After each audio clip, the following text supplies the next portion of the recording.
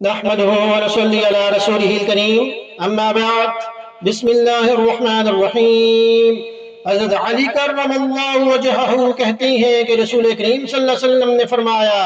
جنت میں حوران عین کے اجتماع کی ایک جگہ ہوگی، وہ وہاں ایسی بلند آواز سے گیت گائیں گی مخلوقات میں سے کسی نے ایسی آواز کبھی نہیں سنی ہوگی۔ وہ حوریں اس طرح کا گیت گائیں گی ہمیں ہمیشہ کی زندگی حاصل ہے، ہمیں کبھی موت نہیں آئے گی، ہم عیش و چین کے ساتھ رہنے والی ہیں، ہم سختی و پریشانی کبھی نہیں دیکھیں گی، ہم اپنے پروردگار یا اپنے خامدوں سے راضی و خوش رہنے والی ہیں، ہم کبھی ناخوش نہیں ہوگی۔ ہر اس شخص کے لیے مبارکباد ہے جو ہمارے لیے اور ہم اس کے لیے ہیں۔ جامعہ ترمذی حدیث نمبر 2564 میں اس کو جو روایت کیا گیا ہے، اور ابو سعید خدری رضی اللہ عنہ کی روایت سے ہے کہ نبی اکرم صلی اللہ علیہ وسلم نے فرمایا کہ جنتی شخص جنت میں 70 تکیوں سے ٹیک لگائے بیٹھے ہوگا، اس سے پہلے کہ وہ ایک پہلو سے دوسرا پہلو بدلے۔ پھر جنت کی عورتوں میں سے ایک عورت اس کے پاس آئے گی، اس کے کاندھے پر ہاتھ مارے گی، وہ مرد اس کی طرف متوجہ ہوگا تو اس کے رخساروں میں سے، یعنی اس عورت کے رخساروں میں سے جو آئینہ سے زیادہ صاف روشن ہوگا، مرد اپنا چہرہ دیکھے گا۔ حقیقت یہ ہے کہ اس عورت کے زیور کا ایک معمولی سا موتی بھی اگر وہ دنیا میں آ جائے تو مشرق سے مغرب تک کو روشن و منور کر دے۔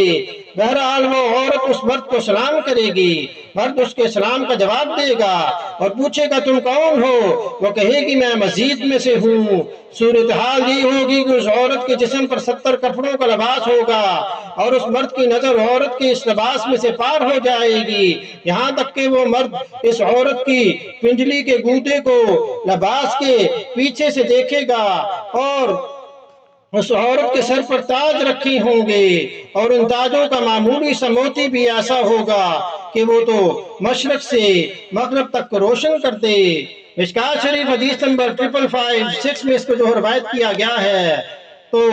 اس میں ایک جملہ ہے کہ میں مزید میں سے ہوں، یعنی ان نعمتوں میں سے ایک نعمت ہوں جن کا حق تعالیٰ نے تمہاری نیکیوں کے بدلے جزا کے علاوہ خصوصی انعام کے طور پر مزید عطا کرنے کا وعدہ کیا ہے، جس طرح قرآن کریم میں بھی ہے